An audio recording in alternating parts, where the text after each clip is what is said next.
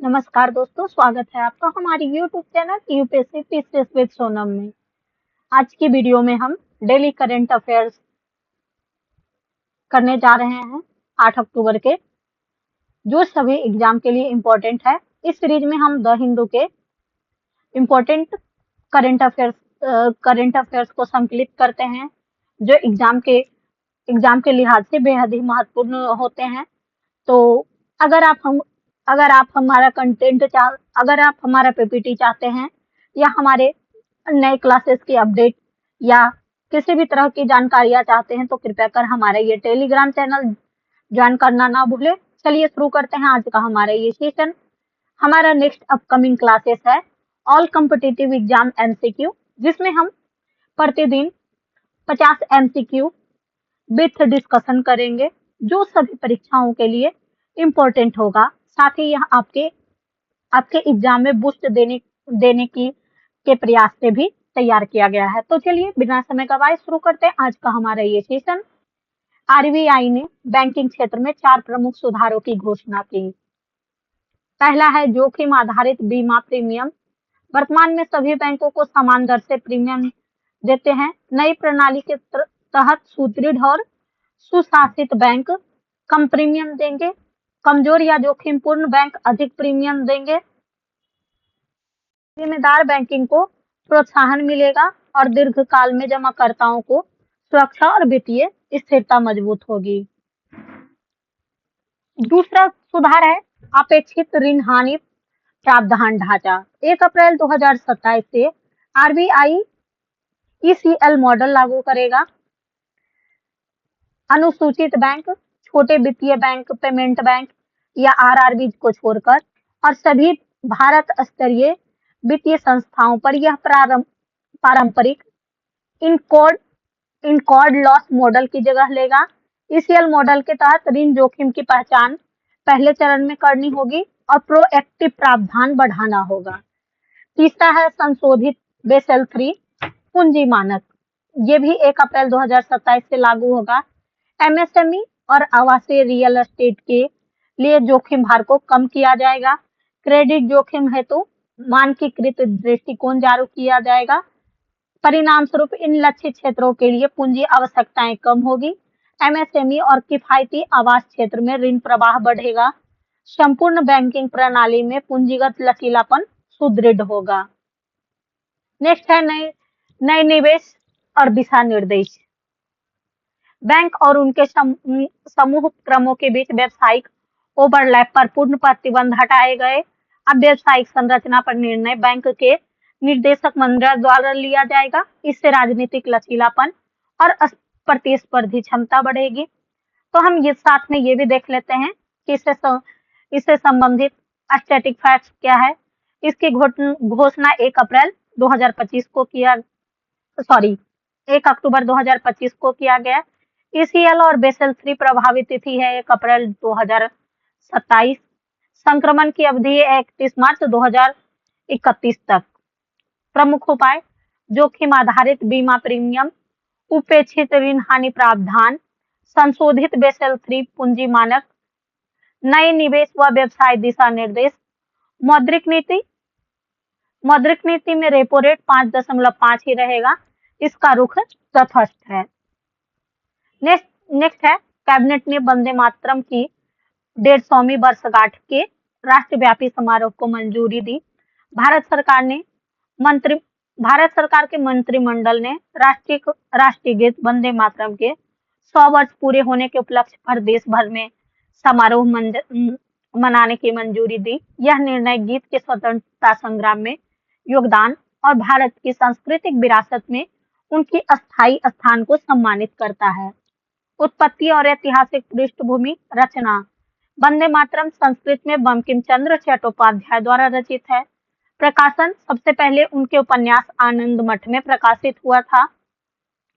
पहला सार्वजनिक गायन 1896 में राष्ट्रीय कांग्रेस के अधिवेशन में रविन्द्रनाथ टैगोर ने प्रस्तुत किया था, जिससे इसे राष्ट्रव्यापी पहचान मिली। नेक्स्ट है इससे संबंधित स्टैटिक फैक्ट्स है। अवसर: वंदे मातरम का 150 वर्ष पूरा होने जा रहा है। इसके रचनाकार हैं बंकिम चंद्र चट्टोपाध्याय। आनंद मठ में इसका प्रकाशन हुआ था। सार्वजनिक गायन रविन्द्रनाथ टैगोर द्वारा 1896 के अधिवेशन में राष्ट्रीय गीत राष्ट्रीय गान के समान ही प्रतीकात्मक दर्जा है। संवैधानिक संदर्भ में अनुच्छेद 51 ए में केवल राष्ट्रीय गान के प्रति सम्मान अनिवार्य है। ऐतिहासिक भूमिका, स्वतंत्रता संग्राम को प्रेरणा स्रोत, सांस्कृतिक पहलू और प्रारंभिक पदों को सार्वजनिक उपयोग और धार्मिक विविधता का सम्मान। कानून और प्रतीकात्मक स्थिति, भारत में जन गण मन राष्ट्रीय गान है, जबकि वंदे मातरम राष्ट्रीय गीत का दर्जा रखता है। संविधान ने दोनों के समान प्रतीकात्मक महत्व दिया। हालांकि अनुच्छेद 51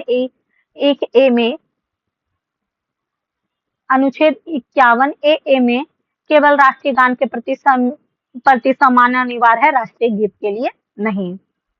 नेक्स्ट है वायुसेना दिवस। भारतीय वायुसेना 8 अक्टूबर 2025 को मनाया गया। यह भारतीय वायुसेना की 93वीं वर्षगांठ है। 2025 के समारोह में वायुसेना ने आधुनिकीकरण, परिचालन तत्परता को ध्यान केंद्रित करने और विरासत को अत्याधुनिक तकनीकी क्षमताओं के साथ जोड़ने पर जोर देता है। इस वर्ष की संभावित थीम है आधुनिकीकरण और संचालन की तत्परता। वायुसेना दिवस 8 अक्टूबर को मनाया जाता है। वायुसेना की स्थापना 1932 में हुआ था।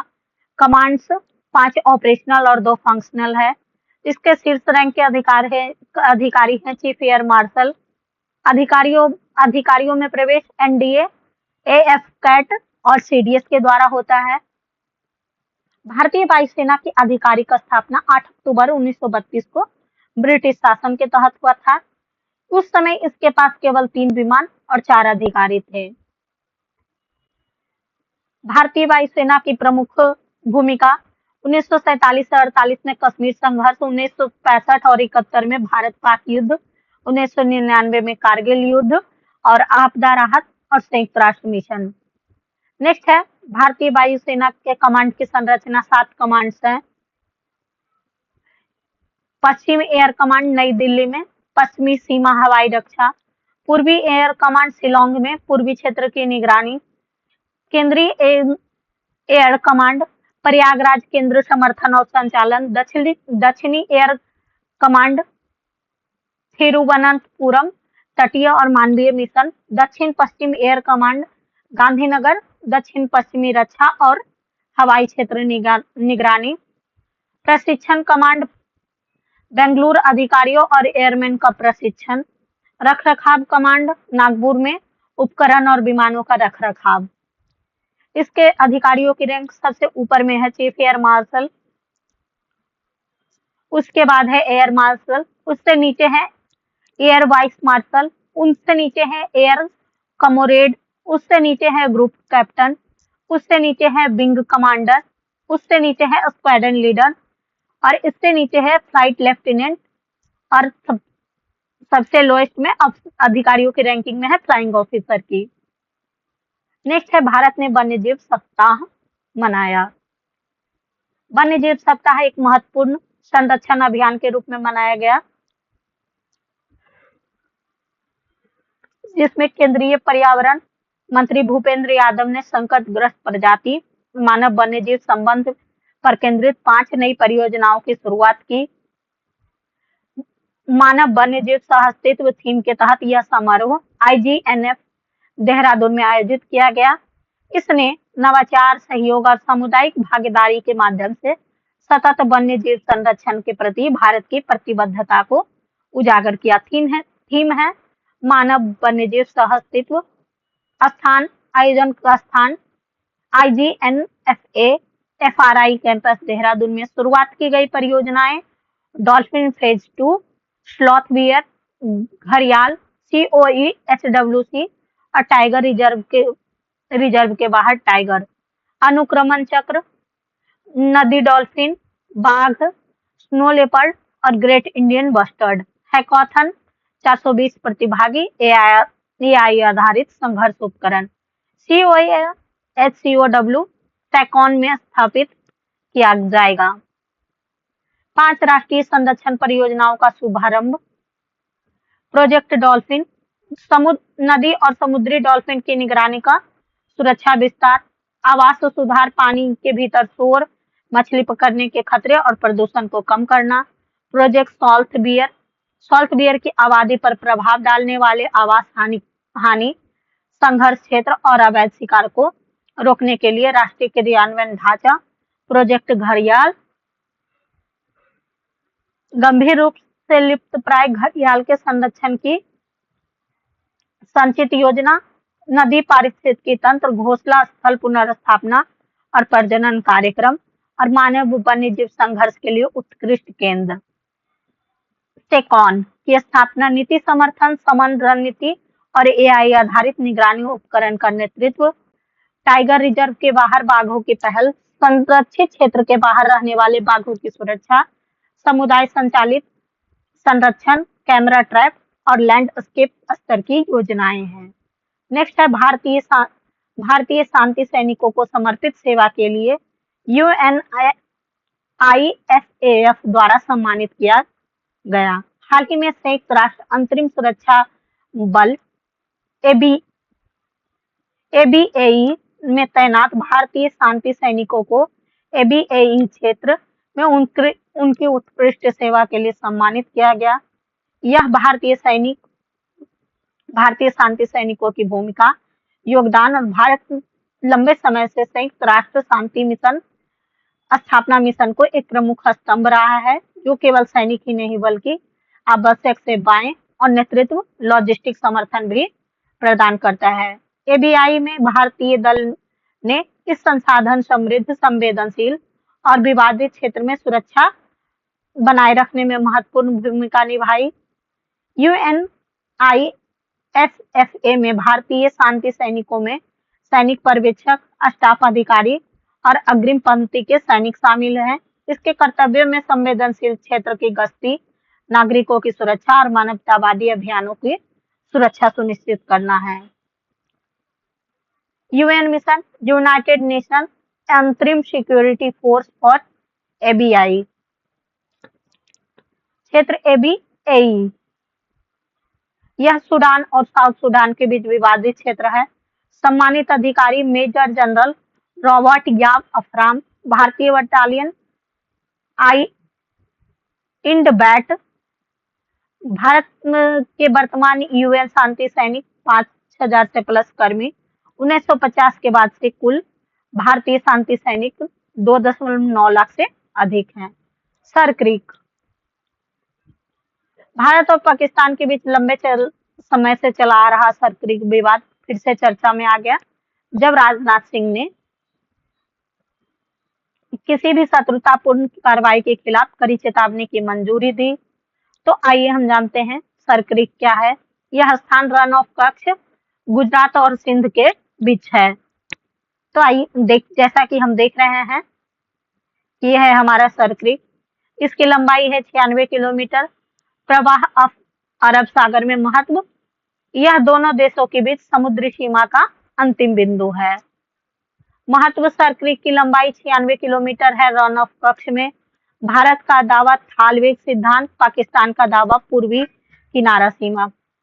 कानूनी मूल, 1914 बॉम्बे सरकार का प्रस्ताव। हालिया अपडेट, 25 अक्टूबर 2025 में राजनाथ सिंह ने चेतावनी दी। राजनीतिक महत्व, EEZ संसाधन पहुंच और सैन्य सुरक्षा के दृष्टिकोण से सर क्रीक महत्वपूर्ण है। विश्व बैंक ने भारत के वित्त वर्ष 26 के लिए विकास अनुमान को बढ़ाकर 6.5 किया।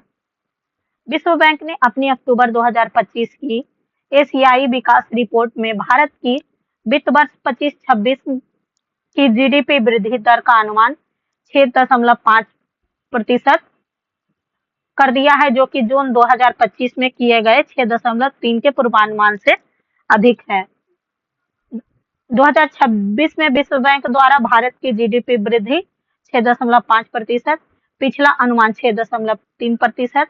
2027 में पूर्वानुमान 6.3%, जो कि घटाया गया है। मुख्य वृद्धि घरेलू मांग, ग्रामीण सुधार और GST सुधार है। जोखिम अमेरिका द्वारा 50% आयात शुल्क, दक्षिण एशिया वृद्धि वृद्धि 2025 में 6.6 और दक्षिण एशिया वृद्धि 2026 में 5.8 है। नेक्स्ट है डीआरडीओ ने सैन्य रेडियो इंटरऑपरेटेबिलिटी के लिए IRSA 1.0 लॉन्च किया।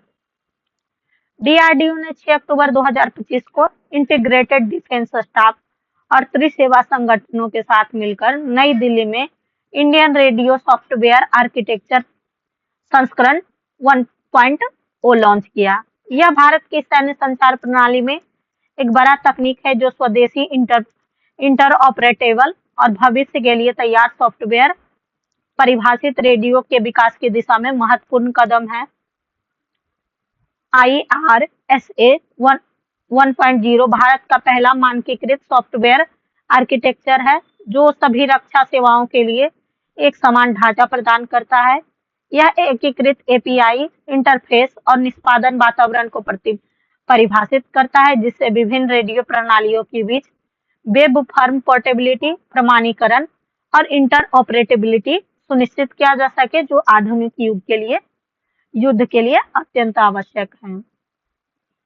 इसका पूरा नाम है Indian radio software architecture. Launch करने वाली संस्था डीआरडीओ, IDS और त्रिसेवाएं हैं। संकल्पना का वर्ष 2021, कार्य आरंभ हुआ 2022 में और मंजूरी उच्च स्तरीय सलाहकार समिति के द्वारा मानक आधार सॉफ्टवेयर कम्युनिकेशंस आर्किटेक्चर 4.1 है। नेक्स्ट है भारत 2025 IUCN कांग्रेस में पहली रेड लिस्ट जारी करेगा। जैव विविधता में ऐतिहासिक रूप से भारत ने 9 से 15 अक्टूबर के बीच अबू धाबी में आयोजित होने वाले IUCN वर्ल्ड कंजर्वेशन कांग्रेस में अपनी पहली बार राष्ट्रीय red list of endangered species का अनावरण करेगा। यह सूची भारत की अनूठी जैव विविधता को ध्यान में रखकर तैयार किया गया है जिसका उद्देश्य संकटग्रस्त प्रजातियों की पहचान करना, राष्ट्रीय संरक्षण प्राथमिकताओं को सशक्त बनाना। भारत का प्रतिनिधित्व कीर्ति वर्धन केंद्रीय राज्य मंत्री द्वारा किया जाएगा। रेड लिस्ट क्या है? रेड लिस्ट ऑफ एंथ्रेंड स्पीसीज मूल रूप से अंतर्राष्ट्रीय प्राकृतिक संरक्षण संघ द्वारा तैयार किया जाता है। यह किसी भी प्रजाति के विलुप्त जोखिम का वैज्ञानिक मूल्यांकन करने का प्रमुख उपकरण है। भारत की अपनी राष्ट्रीय रेड लिस्ट का उद्देश्य देश की समृद्ध वनस्पति और जीव जंतु की स्थिति को देश विशिष्ट स्तर पर ट्रैक करना है। अबू धाबी में 5 थीमें होंगी। पहला थीम है संरक्षण कार्य की सुदृढ़ता और विश्वास, दूसरा है जलवायु जोखिम में कमी, तीसरा है संरक्षण में समानता सुनिश्चित करना, चौथा है प्राकृतिक पॉजिटिविटी अर्थव्यवस्था की ओर संक्रमण, पांचवा है संरक्षण में नवाचार और नेतृत्व। पिछली कांग्रेस 2021 मार्सेई फ्रांस में हुआ था जिसमें 9200 से अधिक प्रतिभागी शामिल हुए और मार्सेल मैनिफेस्टो जारी किया गया। भारत और IUCN का संबंध। भारत 1969 से IUCN का सदस्य है। भारत ने संरक्षण विज्ञान और नीति निर्माण में लंबे समय से योगदान दिया, लेकिन यह पहली बार है जब देश अपनी स्वयं की राष्ट्रीय रेड लिस्ट जारी करेगा। यह पहल भारत के नेचर पॉजिटिव इकोनॉमी की दिशा में कदम है जो कुनमिंगम मॉन्ट्रियल ग्लोबल डाइवर्सिटी फ्रेमवर्क की प्रतिबद्धता से प्रेरित है। रेड लिस्ट में शामिल होंगे स्तनपायी पक्षी, सरीसृप, उभयचर, कीट और पौधे। ये UPSC के लिए मोस्ट इम्पोर्टेंट है।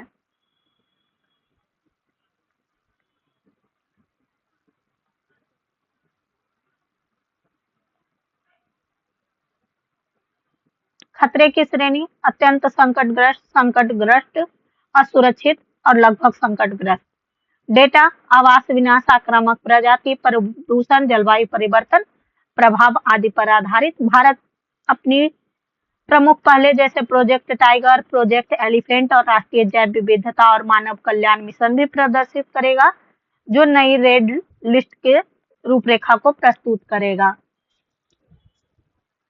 IUCN वर्ल्ड कंजर्वेशन कांग्रेस 2025 का आयोजन अबू धाबी UAE में 9 से 15 अक्टूबर 2025 को होगा। प्रमुख घोषणा, भारत की पहली राष्ट्रीय red list of endangered species जारी होगा। भारत का नेतृत्व कीर्ति वर्धन केंद्रीय राज्य मंत्री कर रहे हैं। भारत 1969 से IUCN का सदस्य है। पिछला 2021 में यह मर्सेई फ्रांस में हुआ था। इस बार का प्रमुख फोकस है प्रजाति आकलन, आवास खतरे और विलुप्त जोखिम। थीम है संरक्षण, जलवायु समानता, नवाचार और प्राकृतिक पॉजिटिव अर्थव्यवस्था। तो दोस्तों, हमारा ये करंट अफेयर्स यहीं पे समाप्त होता है। मुझे उम्मीद है आपको हमारा ये प्रयास पसंद आया होगा। यदि हाँ तो कृपया कर लाइक करें, शेयर करें और सब्सक्राइब करना ना भूलें। और अगर आप हमारे चैनल पर नए हैं तो कृपया कर सब्सक्राइब करें। अगर आप किसी तरह का सुधार चाहते हैं या कोई सुझाव है तो कृपया कर कमेंट बॉक्स में कमेंट करें। पढ़ते रहें, आगे बढ़